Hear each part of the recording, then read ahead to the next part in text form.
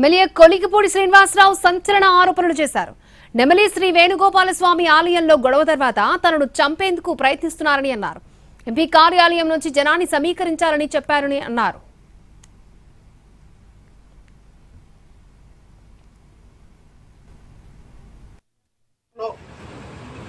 ఎప్పుడైతే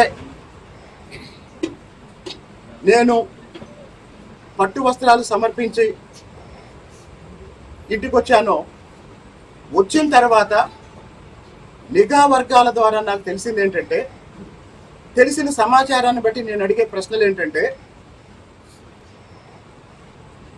దేవాలయానికి వెళ్ళిన తర్వాత ఎంపీ గారి చేతుల్లో నుంచి పట్టు వస్త్రాలు నేను తీసుకున్నాను. దేవాలయానికి వెళ్ళిన తర్వాత అది రాత్రి 9:30 సమయంలో. కానీ మధ్యాహ్నం నుంచే జనాన్ని ఎందుకు సమీకరించారు?